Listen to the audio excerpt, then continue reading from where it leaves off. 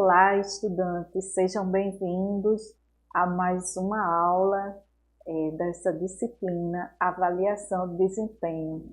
É sempre uma alegria estar aqui com vocês e hoje partiremos para a unidade 2, que vai tratar do sistema de gestão de desempenho nas organizações.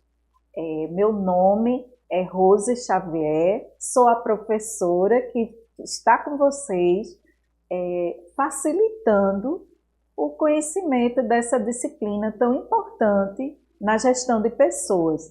E hoje eu estou com muita alegria aqui, satisfação, porque eu tenho uma ilustre convidada, a professora Ana Carla, que veio prestigiar e passar um pouco da sua vivência e experiência na área de gestão de pessoas, gestão de desempenho e avaliação de desempenho. Seja bem-vinda, professora Ana Carla. Obrigada, Rose. É uma honra muito grande estar aqui com você. Então, e eu posso dizer o mesmo, né? Estar aqui com vocês no curso de RH, fazendo essa contribuição, né, Rose? Agradeço, né, de antemão a oportunidade, é uma honra para mim, claro, poder contribuir minimamente, né, com os conhecimentos a respeito desse sistema, né, um sistema de gestão de desempenho, né, humano nas organizações.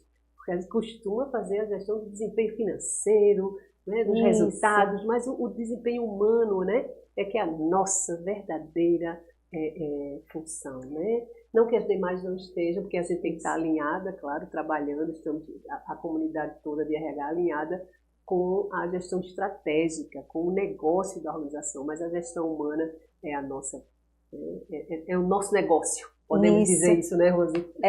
E tudo é sistêmico, está conectado, e assim, a gestão de pessoas, né, tem essa grande importância de dar vida aos processos da empresa, né?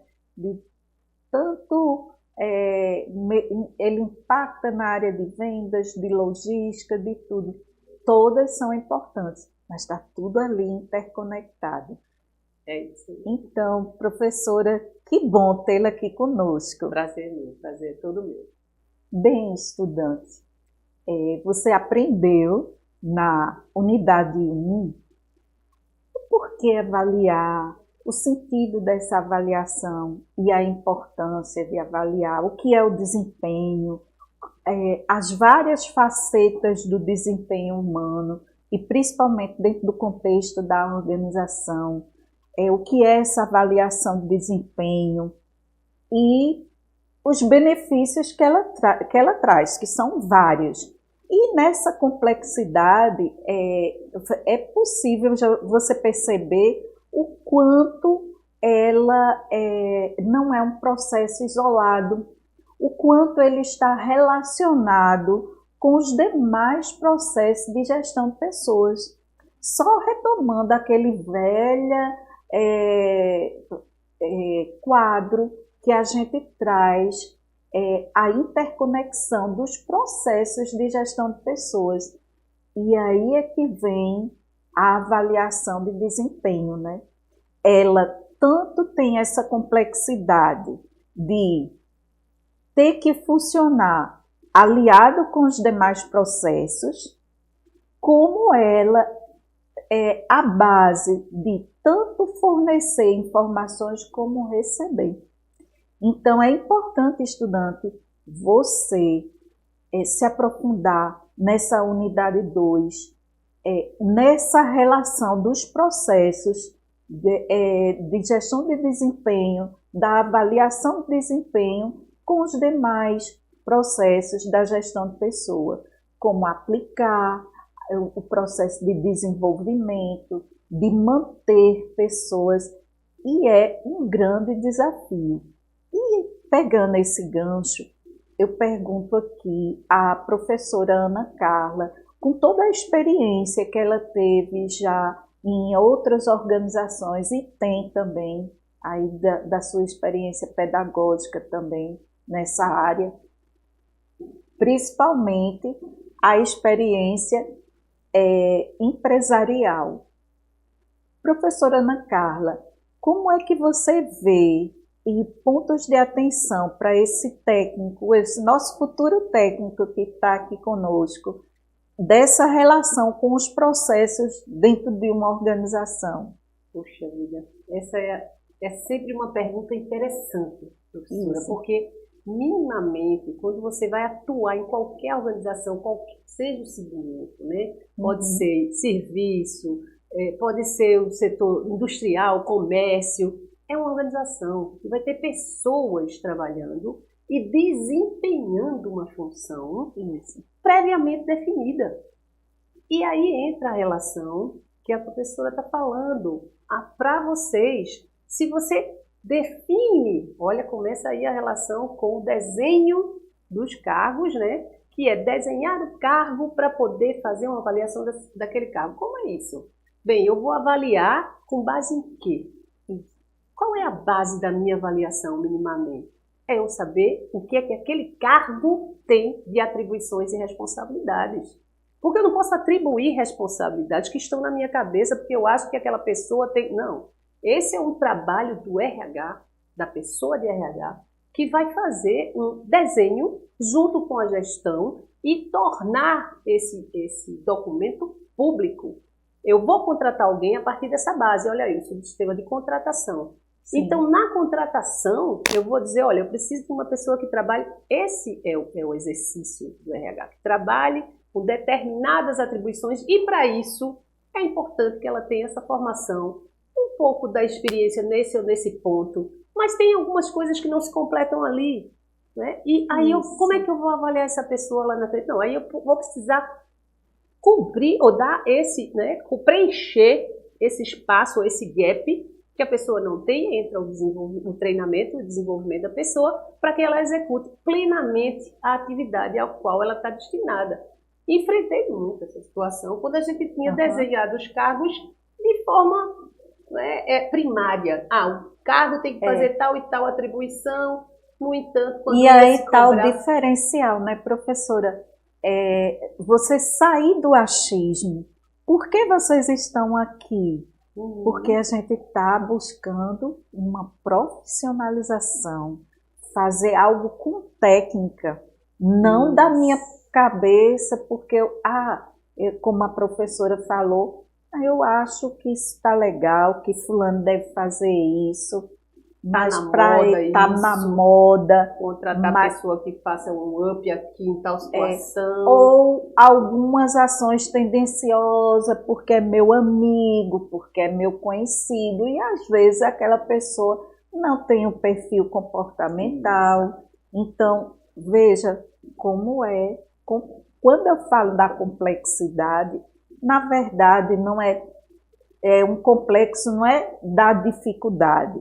Essa complexidade que eu quero passar para vocês exige disciplina, exige estudo e conhecimento, técnica, que você aprendendo é desafiante, mas vai entrar na tua rotina, de você não fazer algo baseado só da sua cabeça ou da cabeça de alguém, mas está fazendo porque tem uma técnica que alguém já estudou, desenhou a melhor forma de fazer, não é, professora? Exatamente. Há tantos recursos. Né? Isso. Então, as informações que a avaliação de desempenho ela vai precisar, como a professora Ana já passou. Primeiro, o start inicial. Eu tenho um bom plano de cargos e salários. Eu tenho um cargo definido, responsabilidades definidas, previamente definidas. Eu não posso chegar, por exemplo, na avaliação, como já aconteceu algumas vezes comigo, participante em algumas organizações, o RH é participante do processo diretamente, né, como um colaborador, inclusive da entrevista, né, de feedback. Né, o feedback que aquele profissional, aquela pessoa que ocupa um cargo vai ter, está lá junto o RH com o gerente da área direto que vai dar o feedback que já foi trabalhado anteriormente. E na hora da avaliação, a chefia, a gestão, coloca um ponto. Mas você não entregou a planilha de Excel avançado no Access. Espera aí. mas eu tinha que saber de Access aqui, onde está dizendo. Enfim, aquele não era o cargo. Um analista trabalhava com Access, que é um banco de dados. Aconteceu, e isso é fato, do gestor não estar preparado o suficiente para ter condição de avaliar que não é aquela pessoa que ia passar essa planilha em Access, e sim o analista sênior, por exemplo. Então, essa preparação também é importante. Mas, no entanto, a base para avaliação, né, é o cargo. O que é que o cargo ou função pede? Pede que aquela pessoa seja responsável e tenha aquelas atribuições. Eu vou cobrar que a pessoa não foi ali comprar um chiclete para mim, não trouxe um bolo no meu aniversário, não é meu amigo no final de semana. Não. Isso. Né? E aí, a questão da subjetividade, que eu acho que a professora também vai colocar. E aí, a gente está entrando agora no terreno dos desafios. Quais esses desafios? E eu aproveito essa experiência, essa bagagem da professora Ana, para ela expor, compartilhar conosco, na sua vivência, quais foram os maiores desafios, professora Ana Carla, na execução desse processo de avaliação de desempenho. De forma que você faça assim um passeio conosco, desde o início desse processo até finalizar o ciclo. Já falei aqui, meu redundante, que na verdade esse ciclo não finaliza, ele vai ter mais assim, né? No início das etapas, professores, até finalizar um ciclo, quais os maiores desafios que esse técnico pode encontrar? Boa pergunta. Talvez o mais complexo, como você bem está colocando, desafio, é aquele no qual eu tenho o envolvimento da alta direção, da média gerência e das gerências e supervisões nesse processo. O que é isso? É que desde o diretor, o CEO, que hoje chama-se muito CEO, que é o chefe, o executivo maior da organização, até o supervisor, ele conheça o processo. E o que, para ele conhecer o processo, uma das responsabilidades mais fortes é que o RH, a equipe de RH, o profissional de RH, faça uma sensibilização. Né? E que esses gestores comprem, aí eu vou falar em comprar e vender porque fica mais fácil, comprem a ideia de que utilizar a ferramenta de avaliação traga ganhos à organização, porque ele vai ter uma equipe que conhece o seu desempenho, o que precisa fazer, conhece seu desempenho, o que precisa melhorar. E aí, nesse processo, quando o gestor não conhece a ferramenta, não conhece sua equipe, nem a pessoa que ele está avaliando, é só prejuízo que a gente tem. Mas o processo em si, como um todo, eu diria que o maior desafio para o RH, o profissional de RH, é essa pergunta, né? É que ela consiga esse nível de comprometimento das pessoas envolvidas. E aí tem que envolver todo mundo, é top e down, outra palavrinha em inglês, é do topo até a base de toda a gestão e a operação da organização. Tem que ter o comprometimento e envolvimento. Né? Envolvimento. E aí você vai dizer, mas como é isso? Tem algumas questões, aí eu vou tocar um pouquinho, que a gente tinha até conversado, né, professor, nas questões mais subjetivas. E aí a gente tem que buscar elementos concretos, que são elementos concretos, as ferramentas de avaliação, né? E pensar o tipo de avaliação, que eu acho que talvez seja outra aula até que vai ter. É a próxima. Vamos falar dos métodos e tipos de avaliação. Ótimo. E, então, assim, para minimizar todos esses percalços, esses desafios, já estou entrando um pouco nas soluções. Porque a gente tem os desafios de ordem estruturais, que é dentro da organização, como mobilizar esse processo. Esse esforço, E também tem desafios que são da essência do processo de avaliar, que são, isso a gente detalhou bastante, professora, lá no livro, que são os principais erros de avaliação que estão ligados com os vícios, a subjetividade, que é aquela questão muito do pessoal, da experiência de cada um, do sentimento de cada um. Então, existem técnicas para a gente ultrapassar essa tendência do levar para o lado pessoal, o achismo, vamos dizer assim. E a técnica do sanduíche, eu não sei se está no e-book ou se você trouxe algum, né? A técnica do sanduíche é interessantíssima, mas aí a técnica do feedback talvez não seja para esse momento, mas é uma técnica muito utilizada, mas que não é? Vale, professora, que vale falar. muito, não é? Que é você preparar um feedback como você prepara um sanduíche. Você tem no sanduíche o quê? Tem uma parte, né? Que é uma parte do pão embaixo, o recheio, que pode ser o que você bem imaginar, e a outra parte do pão em cima. Assim, você pode fazer o feedback de um profissional, de uma equipe. Interessante, professora. Essa técnica do sanduíche foi usada por muito tempo, tem até algumas recomendações, que nem em todos os casos.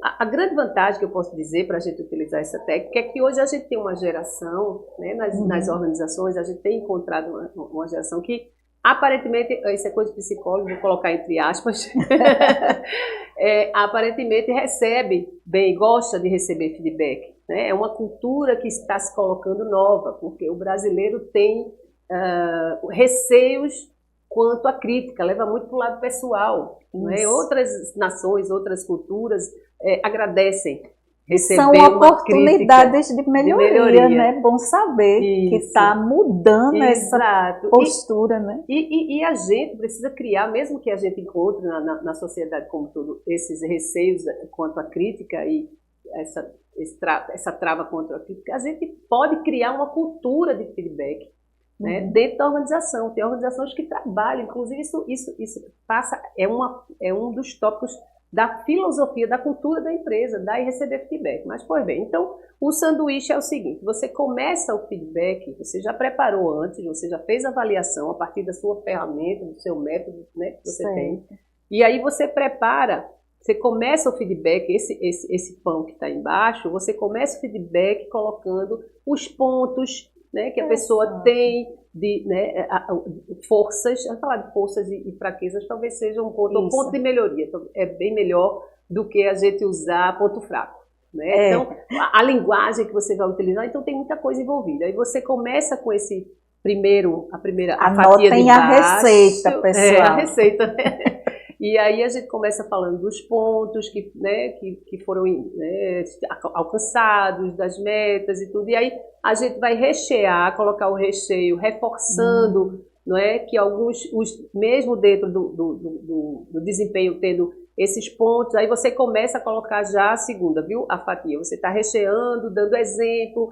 Nesse dia você trabalhou assim, nesse projeto você teve bem, trabalhou em equipe, mas aí você já pode começar a fechar o sanduíche quando você vai colocando ali no recheio, mas nesse outro projeto, em alguns momentos você esteve mais isolado e a gente precisou mais de você. É muito importante dar exemplo. E aí você fecha o sanduíche apontando para um plano de ação, dizendo, olha, a gente encontrou aqui alguns pontos que merecem tratamento, merecem que a gente trate em médio, curto prazo ou a longo prazo. Alguns são mais complexos, né, de se resolver rapidamente. Por exemplo, vou dar o exemplo do Access, que eu sei como é que está esse banco de dados, a gente precisa que você...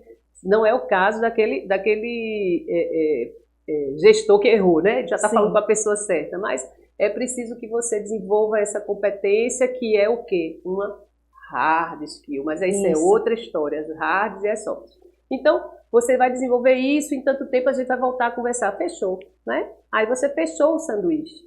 E acredito que é uma grande oportunidade. A condução é que pode fazer a diferença. Como você conduz, sem levar para o pessoal. Olha quantas dicas legais. As palavras...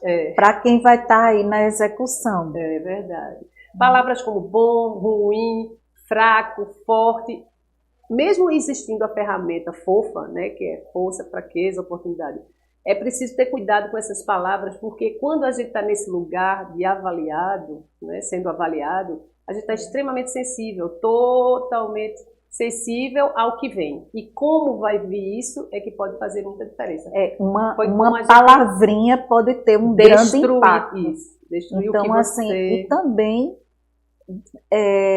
meio que minar todo esse processo que é riquíssimo. Ele gera muitos frutos para a empresa, não é? Sim, sim. Então, veja, pessoal, como é importante, como o seu empenho, a sua atenção nesse processo, ele pode surtir grandes resultados, trazer grandes frutos, tanto para a área de agregar pessoas, a área de recompensa.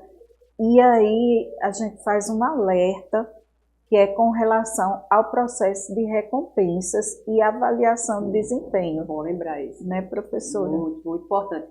Toda vez que a gente tinha, né, a gente, uma das empresas que eu trabalhei, uma das grandes empresas, essa era grande, mas podia ser pequena também, tinha uma expectativa, e gerava-se uma expectativa quando chegava o momento de ter a avaliação de desempenho, que ela era definida anualmente. A empresa vai definir, a professora, se não colocou, já vai colocar também para vocês, essa sistemática, Sim. que é um processo sistemático, que acontece a cada 12 meses. Recomenda-se que seja anual, mas que você possa ali, nos 6 meses, semestralmente, tendo alguma intercorrência. A tendência é diminuir esses ciclos para que os feedbacks sejam mais tempestivos, no momento, não esperar atualizados, um ano para dar um feedback. Né? Aí quando você tem um sistema muito já rodando, né? Que é um processo de maturar isso. Se você já tem ele rodando, você consegue chegar nesse ponto. Mas logo que você implanta, você tem que ir aprendendo como funcionar. E você vai descobrir isso. E aí você, é uma fórmula mágica? Não, você vai descobrir porque você vai perceber quando for o tempo de aumentar mais. O feedback, vamos aumentar um pouquinho mais, vamos reduzir. Mas enfim, aí quando chegava perto, a avaliação de desempenho era lá em dezembro. Chegava em novembro, já estava todo mundo assim, ó. Vai chegar, vou ter aumento. Oba, vou ter aumento. Aumento de salário, avaliação de desempenho não se deve, recomenda-se, não se deve atrelar o processo de avaliação de desempenho à remuneração ou aumento de salário. Mas olha, por mais que a gente trabalhe isso dentro da organização, dentro da cabeça das pessoas, gera-se sempre uma expectativa. Que assim, quando chegar a avaliação de desempenho, se o gestor já apontou isso, criou essa expectativa, quando chegar a avaliação a gente conversa. Eu não tenho aumento de salário, porque eu não tive aumento de salário. Existe o plano de cargo e salário, o plano de carreira na organização, que subsidia, como a professora Rose disse, subsidia outros sistemas. O plano de carreira pode ser subsidiado, sim, e deve ser subsidiado. Mas o que ele não pode determinar. Isso.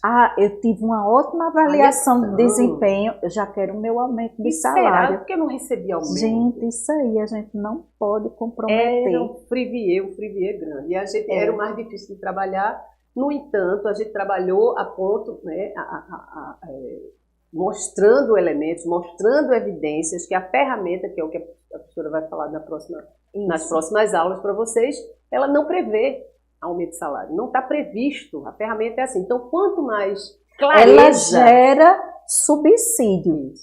Informação. Um dia, se eu for chegar a ter financiamento, verba para promover, dar aumento salarial, eu vou buscar lá nas avaliações de desempenho os meus critérios baseados nos percentuais, nos scores alcançados. Mas uma coisa não determina. É um risco. Você pode botar a ferramenta a perder. Ela vai perder o sentido se você atrelar, se não tiver muito bem resolvido. Fora que pode acabar o clima da equipe, da empresa. Essa avaliação não tem valor nenhum para mim. Enfim, tem que ter muito cuidado nesse ponto. Foi muito bem lembrado pela professora. Vejam, estudantes, quantas contribuições relevantes, quantos pontos de atenção, quantos destaques vocês têm que estar ligados, né? Nós temos que estar ligados. Todos esses são desafios e também oportunidades.